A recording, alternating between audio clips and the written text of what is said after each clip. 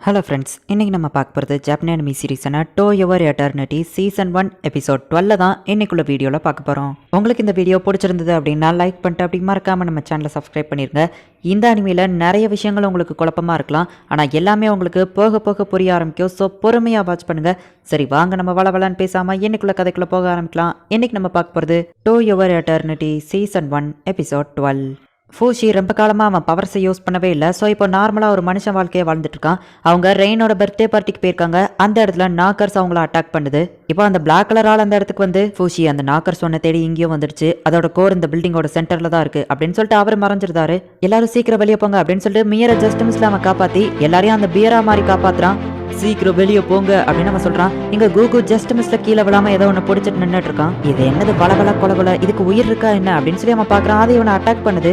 அங்க இருக்கிற பசங்கள்லாம் ஒரு வழியா கூகுவை எப்படியோ காப்பாத்திருக்காங்க. நல்ல வேலை கூகு உனக்கு எதுவும் ஆகல அப்படின்னு அவன் பேசிட்டு இருக்கா. என்னாச்சுன்னு கேட்கவா அவங்க எங்களுக்கு தெரியல அப்படின்னு சொல்றாங்க. இதுக்கு காரணம் அதுவா தான் இருக்கும் அப்படின்னு சொல்லி அவன் ஓடுறான். கூகு என்ன மன்னிச்சிரு, நான் இங்க இருக்கிறதுனால தான் அது என்ன தேடி இங்க வந்திருக்கு. அதோ அந்த 2 பேர் தான் இங்க இருக்காங்க, அவங்கள மட்டும் சீக்கிரம் வெளியே கொண்டு போ, அவங்களுக்கு அடிபட்டு இருக்கிறதுனால அவங்களால வெளியே போக முடியல அப்படின்னு நம்ம ஹீரோ சொல்றான். இப்போ அந்த பில்டிங்கே மொத்தமா இடிஞ்சு விழுது. ஜஸ்ட் மிஸ்ல கூகு அவங்க அப்பா அம்மாவை காப்பாத்தி கூட்டிட்டு வந்துருதான். அப்பா அம்மா அப்படின்னு சொல்லி ரீன் ஓடி வரா. திரும்பவும் கூகு அதுக்குள்ள போகவும் அவன் அவனை பிடிச்சிட்டு உன்கிட்ட ஒன்னு சொல்லணும் அப்படின்னு அவ சொல்றா. அவன் அவளோட கையை உதறி விட்டுட்டு ஃபாஸ்டா உள்ள ஓடி வந்து ஹே ஃபூஷி எங்க இருக்க, ஃபூஷி உனக்கு என்னாச்சு அப்படின்னு சொல்லி கத்துறான். நம்ம ஹீரோ பார்த்தா திரும்பவும் அந்த சின்ன பையனோட உருவத்துக்கே போயிட்டான். ஹே நான் உன்னை ஃபர்ஸ்ட் பார்த்தா அதே உருவத்துக்கே போயிட்டியே அப்படின்னு சொல்லி கூகு கேட்கறான். அது எங்கேயோ மறைஞ்சிருக்கு அப்படின்னு நம்ம ஹீரோ சொல்லுவான். அது அந்த பியரோட ஃபார்ம்ல வந்து இவங்களை அட்டாக் பண்ணுது. உடனே கூகு அவன் வாயில இருந்து நெருப்ப கக்குறான். இந்த தடவை அது வித்தியாசமா இருக்கு அப்படின்னு நம்ம ஹீரோ சொல்றான். இந்த தடவை அது ஒரு கல்லு மாதிரி வந்திருக்கு. நிலத்தை 2ஆ பிளந்து அவங்கள உள்ளத்துல பாக்குது. கூகு சீக்கிரம் என்ன புடி அப்படின்னு சொல்லிட்டு நம்ம ஹீரோவா அவனும் ஜஸ்ட் மிஸ்ல தப்பிக்கிறாங்க. அது அப்படியே அந்த இடத்த மூட பாக்குது. இப்ப மார்ச்சா மாதிரி நம்ம ஹீரோ வெளியே போயிட்டு கூகுவையும் காப்பாத்துறான். கூகு நீ தான் எனக்கு ஹெல்ப் பண்ணணும், அதை எப்படி தோக்கடிக்கிறதுன்னு எனக்கு தெரியல அப்படின்னு நம்ம ஹீரோ சொல்லவும் அது உயிரோட இருக்கிற ஒன்று தானே, கண்டிப்பா அதுக்குள்ளதான் சதை இருக்கும். அது தன்னோட சதையை சுத்தி மேல ராக்ஸை கிரியேட் பண்ணி வச்சிருக்கோம். அதோட வீக் ஸ்பாட்டை கண்டுபிடிச்சு நம்ம அதை அழிக்கலாம் அப்படின்னு சொல்லி இப்போ அவங்க போறாங்க. இப்போ அவங்க 2 பேருமே அது மேலே ஏறி நிக்கிறாங்க. ஹே ஃபூஷி எனக்கு ஒரு குச்சி கொண்டா அப்படின்னு சொல்லி கூகு கேட்கறான். நிறைய குச்சி வேணும் அப்படின்னு கேட்கவும் நம்ம ஹீரோவும் ரெடி பண்ணி கொடுக்குறான். அதோட ஸ்கின் மாதிரி இருக்கிற அந்த விஷயத்தை கூகு பார்த்த உடனே அதுக்கு உள்ள நெருப்ப உதவும். அது வெடிச்சு சதுருது. அதோட ஒரு கையை அப்படியே துண்டா கீழே விழுது. திடீர்னு பார்த்தா அதோட ஒரு ரூட் அந்த செவத்துக்குள்ள போய் அதோட கோர் அது வழியா டிராவல் பண்ணி போது. டக்குன்னு அதை கொள்ளு அப்படின்னு சொல்லி கூகு சொல்றான். நம்ம ஹீரோ அதை ஜஸ்ட் மிஸ்ல மிஸ் பண்ணிடுறான். அதோட கோர் போயிட்டதுனால அந்த ராக்ஸ் எல்லாம் அப்படியே இடிஞ்சு கீழே விழுது. அது தப்பிச்சு போயிடுச்சு, என்ன மன்னிச்சிரு அப்படின்னு சொல்லி ஃபூஷி சொல்லவும் கவலைப்படாத, நம்ம அதை தோக்கடிக்கிறதுக்கு ஒரு வழியை கண்டுபிடிச்சிட்டோம். நான் உன்னோட பிரதர், கண்டிப்பா உன்னை ப்ரொடெக்ட் பண்ணுவேன் அப்படின்னு சொல்லி கூகு சொல்லவும் ரொம்ப தேங்க்ஸ் அப்படின்னு நம்ம ஹீரோ பேசிட்டு இருக்கும் போதே பார்த்தா திடீர்னு செவத்துக்குள்ள இருந்து ஒரு கை வந்து அவனை அப்படியே நசுக்கிடுது. இப்ப மார்ச்சோட நினைவுகளை அது திருடிடுது. இப்ப கூகுவை அதை அட்டாக் பண்ணலான்னு போறதுக்குள்ள ஜஸ்ட் மிஸ்ல ரீன் வந்துட்டு அவனை காப்பாத்துறா. கூகு நான் உன்கிட்ட நிறைய விஷயங்களை கேட்கணும், அதுக்கு முன்னாடி சீக்கிரமா நம்ம இங்க இருந்து போலாம் அப்படின்னு சொல்லி அவனை கூட்டிட்டு போறா. அந்த இடமே மொத்தமா இடிஞ்சு விழ ஆரம்பிக்குது. இவங்க 2 பேரும் ஃபாஸ்டா வெளியே ஓடுறாங்க. ஆனா ரொம்பவும் இடிஞ்சு விழுந்துருது. அந்த இடத்துல ஏன் இவ்வளவு புகை வருது, ஏதோ எனக்கு தப்பா படுது அப்படின்னு அந்த வயசானவர் சொல்றாரு. ஃபூஷி மலையும் நிறைய பில்டிங் இடிஞ்சு விழுந்திருக்கு. அவன் கஷ்டப்பட்ட ஒரு வழியா அதுக்குள்ள இருந்து இப்ப வெளியே வரான். நம்ம ஃபூஷிக்கு திடீர்னு சம்பந்தமே இல்லாம ஏதோ ஒரு மாதிரி ஆகுது. அந்த மான்ஸ்டர் ஃபூஷியை ரொம்பவும் அட்டாக் பண்ணுது. எனக்கு எப்பவும் இந்த மாதிரி வலிக்காத, ஏன் திடீர்னு இப்படி சம்பந்தமே இல்லாம வலிக்குது அப்படின்னு நம்ம யோசிக்கிறோம். அந்த மான்ஸ்டர் பார்த்து எல்லாரும் ஓட ஆரம்பிக்கிறாங்க. ஆனா ரீன் உள்ள மாட்டிட்டு இருக்கா அப்படின்னு சொல்லி அவங்க நிக்கிறாங்க. ஹே கூகு உனக்கு வலிக்கலையா அப்படின்னு சொல்லி அவ கேக்குறா. இதெல்லாம் ஒரு பெரிய விஷயமே இல்ல, நான் தாங்கி பிடிச்சுக்கிடுவேன் அப்படின்னு அவன் சொல்றான். இங்க வெளியே நம்ம ஹீரோ சண்டை போட்டுட்டு இருக்கான். உனக்கு எதுவும் ஆகலையே அப்படின்னு அவன் கேட்கறான். எனக்கு ஒன்றும் ஆகல, ஆனா கூகு நீ ரொம்ப கஷ்டப்பட வேண்டாம் அப்படின்னு அவ சொல்றா. உன்னோட ஃப்ளவர் டேமேஜ் ஆன மாதிரி தெரியுதே அப்படின்னு அவன் கேட்கறான். ஓ அச்சச்சோ ஆமா அப்படின்னு அவ சொல்றா. நான் வேணா உனக்கு நாளைக்கு புதுசா ஒன்று வாங்கி தரேன் அப்படின்னு அவன் சொல்லவோ இல்ல வேண்டாம், நம்ம 2 பேரும் சேர்ந்தே போய் இதை பறிக்கலாம். இந்த உலகத்திலேயே இந்த பூ ஒரு இடத்துல தான் போக்கும், அந்த இடம் எனக்கு நல்லாவே தெரியும், உனக்கும் தெரியும் அப்படிதானே, நாளைக்கு நம்ம 2 பேரும் சேர்ந்தே போய் அதை பறிக்கலாம் அப்படின்னு அவ சொல்லவும் ரீன் ஐ லவ் யூ ரீன் அப்படின்னு சொல்லி அவன் சொல்லவும் அவனோட மாஸ்கை ஓபன் பண்றா. அவனுக்கு ரொம்பவுமே ரத்தமா வந்துட்டு இருக்கு. அவனோட ஃபேஸை ஃபர்ஸ்ட் டைமா பார்த்துட்டு அப்படியே அவனுக்கு ஒரு கிஸ் பண்றா. உடனே திடீர்னு பார்த்தா நம்ம ஹீரோக்கு இங்க ரொம்பவும் ஒரு மாதிரி பண்ணுது. இந்த பெயின் அப்படின்னு சொல்லிட்டு நம்ம ஹீரோ ஒரு மாதிரி ஆக்குறான். அவனோட கையை பார்க்கறான். திடீர்னு பார்த்தா அவன் கூகுவா மாறி இருக்கான். அந்த நாக்கர்ஸ் நம்ம ஹீரோவை அட்டாக் பண்ண ஆரம்பிக்கி நம்ம ஹீரோ அதுல இருந்து தப்பிச்சு இல்ல கூகு இறந்திருக்க மாட்டான் அப்படின்னு சொல்லிட்டு அது மேல நெருப்ப கக்கிக்கிட்டே போறான்.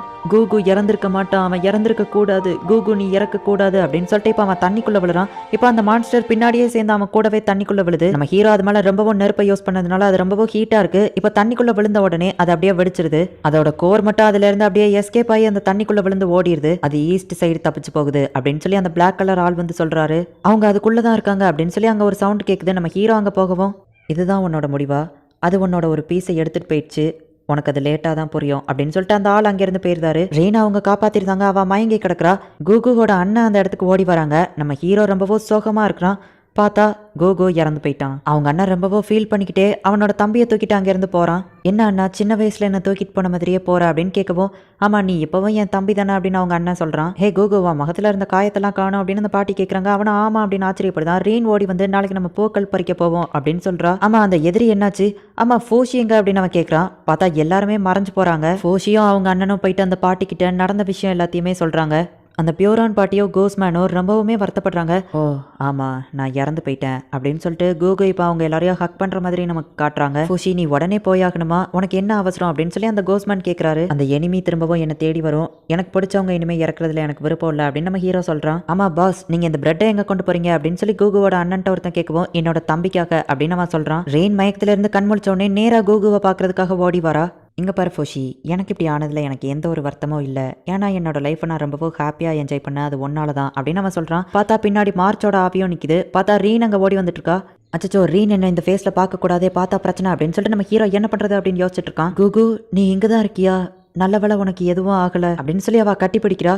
ஆமாம் நான் எதனால் இப்படி பிறந்தேன் அப்படின்னு சொல்லி கூகுவோட தாட்ஸ்லாம் நம்ம ஹீரோக்கு வருது. ஃபோஷி எங்க அப்படின்னு அவள் கேட்குறா. ஃபோஷி இறந்து போயிட்டான் அப்படின்னு அவன் சொல்லவும், ஃபோஷி இறந்துட்டானா அப்படின்னு சொல்லிட்டு ரீன் ரொம்பவோ வருத்தப்படுறா. இதுதான் ஃபோஷியோட கல்லறை அப்படின்னு சொல்லிட்டு கூகுவோட கல்லறையை போயிட்டு அவன் காட்டுறான். ஃபோஷி ரொம்பவோ ஒரு நல்ல பர்சன் அப்படின்னு சொல்லி அவள் அலறா. ஹே கோகோ நீ கிளம்பணும்னு சொன்னல, அதுக்கு டைம் ஆயிடுச்சு அப்படின்னு அந்த பாட்டி சொல்கிறாங்க. எங்கே போனோம் அப்படின்னு சொல்லிட்டு ரெயின் கேட்குறா. அது வந்து நான் கடைக்கு போனோம் அப்படின்னு நம்ம ஹீரோ சொல்லவும், நானும் உன் கூட வரேன் அப்படின்னு அவள் சொல்கிறா. இல்லை இந்த ஷாப்பிங்க்கு இவன் இப்போதைக்கு தனியாக போகிறது தான் நல்லது அப்படின்னு சொல்லி பியூரான் சொல்கிறா. ஹே கோகோ ரொம்ப நேரம் ஆக்கிறாத சரியா, நம்ம பேசினபடியே நம்ம 2 பேரும் சேர்ந்து ஃப்ளவர்ஸை பறிக்க போவோம். அந்த இடம் உனக்கு ஞாபகம் இருக்குன்னு நம்புகிறேன். அப்புறமா இந்த ரிங்கை நான் உன்கிட்ட கொடுக்கணும்னு நினச்சேன் அப்படின்னு அவள் கொடுக்கவும், இல்லை ரீன் இதை நீயே வச்சுக்கோ, கோகுவோட இல்லை என்னோட ஞாபகார்த்தமாக இது வாங்கிட்டே இருக்கட்டும் அப்படின்னு நம்ம ஹீரோ சொல்கிறான். இது நிறையெல்லாம் இல்லை, உனக்கு தேவையான சாப்பாடு பணம்லாம் இருக்குது, பார்த்து போயிட்டு வா அப்படின்னு சொல்லி அந்த வயசானவரை அனுப்பி வைக்கிறாரு. நம்ம ஹீரோ இப்போ அவனோட ஜர்னியை கண்டினியூ பண்ணுறான்.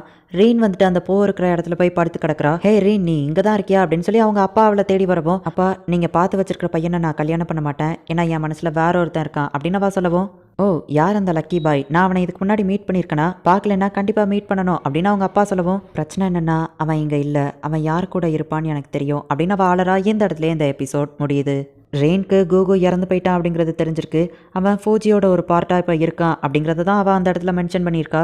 சாகிற அந்த கண்டிஷனில் கோகு தன்னோட லவ்வர் ரெயின் கிட்ட சொல்லுவான். அதில் மியூசிக்லாம் போட்டு அதை சும்மா வேற லெவலில் காமிச்சிருப்பாங்க. நானும் என்னால் முடிஞ்ச லெவலுக்கு அதை சூப்பராக காமிக்க ட்ரை பண்ணியிருக்கேன். உங்களுக்கு அது பிடிச்சிருந்தது அப்படின்னா லைக் பண்ணிட்டு அப்படி மறக்காம நம்ம சேனலை சப்ஸ்கிரைப் பண்ணிருங்க. தேங்க்யூ ஃபார் வாட்சிங். பாய் கைஸ், நெக்ஸ்ட் எபிசோடில் மீட் பண்ணலாம்.